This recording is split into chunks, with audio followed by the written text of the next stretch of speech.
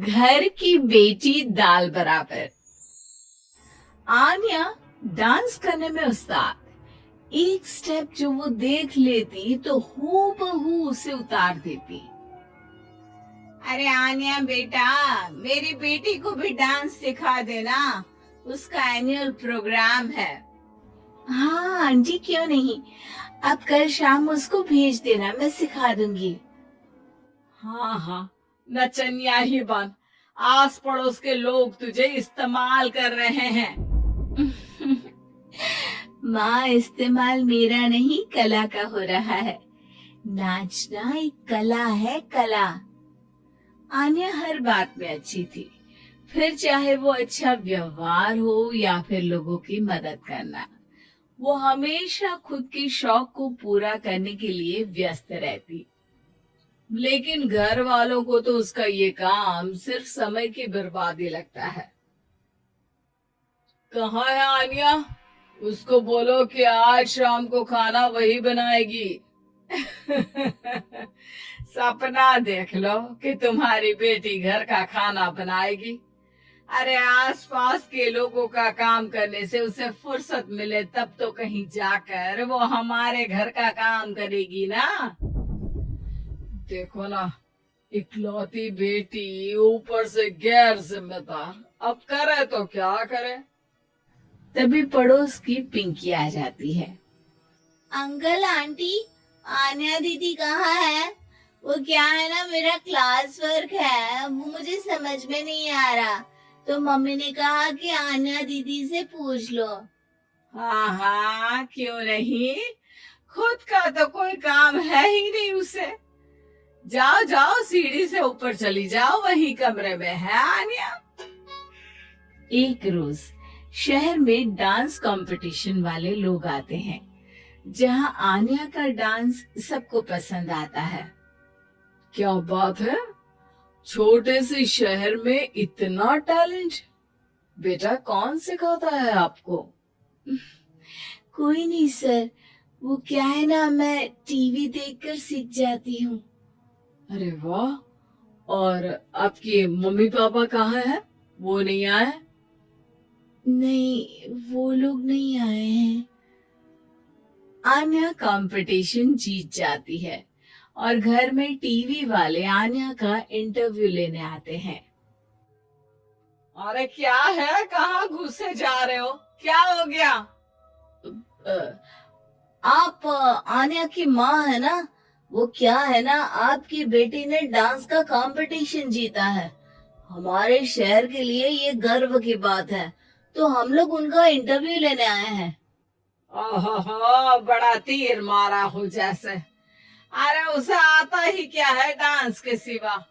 कुछ और करती तो शायद गर्व होता। तभी वहां आन्या आ जाती है और पत्रकारों को इंटरव्यू देती है। उसी रोज पिता के ऑफिस में। देखो तो, आजकल के बच्चे कितने स्मार्ट है। धन्य है ऐसे बच्चों के माता पिता को।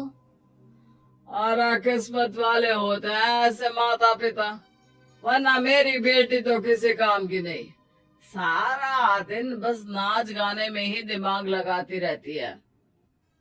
अरे वो बच्ची हमारे शहर की ही है, कितना नाम कमा रही है डांस में, हम तो उसकी बात कर रहे हैं। अच्छा, कोई डांस में भी नाम कमा सकता है? अरे दे देना भाई पेपर की कटिंग, दिखाऊंगा आन्या को भी मैं। क्या नाम बताया? आन्या? यही तो नाम है मेरी बेटी का, आन्या शर्मा। बड़े उम्मीद से रखा था कि कुछ अच्छा नाम कमाएगी, लेकिन नहीं। आजकल के बच्चों को माँ पापा की इमोशन की कदर है क्या? अरे ये देखिए, इस बच्ची का नाम भी आन्या शर्मा ही है, जो पूरे शहर का नाम रोशन कर रही है। पिता अखबार देखते हैं तो सामने बेटी की ही फोटो रहती है, लेकिन ये क्या, जिस फोटो को देखकर हर कोई गर्व कर रहा था, पिता को उस पे कुछ भी खास दिखाई नहीं देता। हम्म, हमारी ही औलाद है ये। पता नहीं कब कहाँ जाकर नाम लिखवाती है, मुझे तो पता भी नहीं है। अरे शर्मा जी, जरा मिलवा दीजिए ना अपनी बच्ची से। मैं अपनी बेटी को भी ऐसा ही बनाना चाहती हूँ। मेरी बेटी को कुछ टिप्स दे देगी करियर को लेकर। अच्छा, ये दिन आ गया आपकी बेटी के। ले आइए कभी भी, लेकिन बाद में अफसोस ना करिएगा।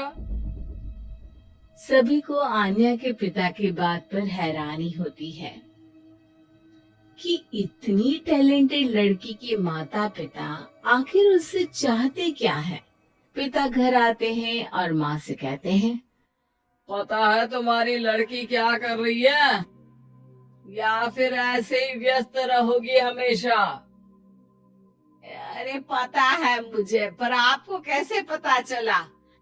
अरे कुछ पत्रकार आए थे, पता नहीं कहाँ कौन सा कंपटीशन जीत कर आई है। नजर रखा करो उस पर। तभी वहां पड़ोसन आ जाती है, जो पति पत्नी दोनों ही डॉक्टर होते हैं। नमस्ते भाभी, बधाई हो आपको आन्या की कामयाबी की। भाई भगवान बेटी दे तो ऐसी। कहाँ है वो?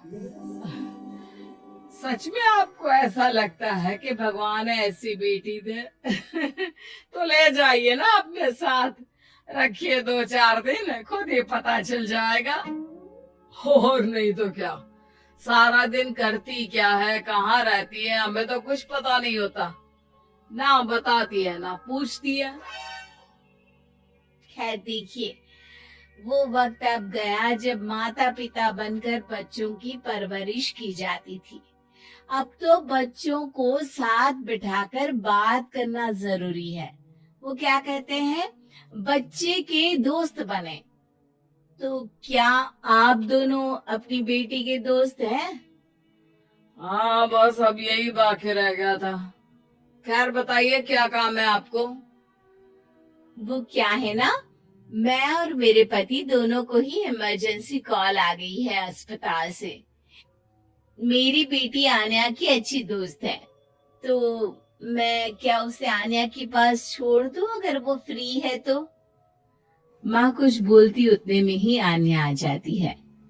वाह आंटी, क्यों नहीं, मैं फ्री ही हूँ। आप निश्चिंत रहिए, मैं उसका पूरा ख्याल रखूंगी। थैंक्स बेटा। वो अपनी बेटी उनके घर छोड़ जाती है, जो आन्या की उम्र की ही होती है। ये क्या मजाक है आन्या? हम लोगों को सोना भी होता है और हर घर का अपना कायदा होता है। मुझे बिल्कुल पसंद नहीं है कि तुम किसी को भी घर में घुसा लो। धीरे बोलिए पापा, कैसी बात कर रहे हैं? अंकल आंटी डॉक्टर है, पता है ना डॉक्टर का फर्ज क्या होता है।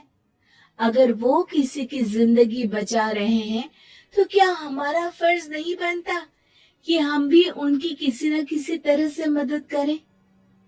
आपको तो पता है घर पर अकेले रहना कितना अनसेफ है। हाँ, तो दुनिया को सेफ करने का जिम्मा तो नहीं ले रखा है। अरे बहुत महंगे अस्पताल के डॉक्टर है वो लोग, खूब पैसा मिलता होगा, लेकिन ये नहीं कि मेड रख ले। क्या कहती आन्या, कैसे माँ पिता को समझाती कि किसी की मदद करना कोई बुरी बात नहीं है।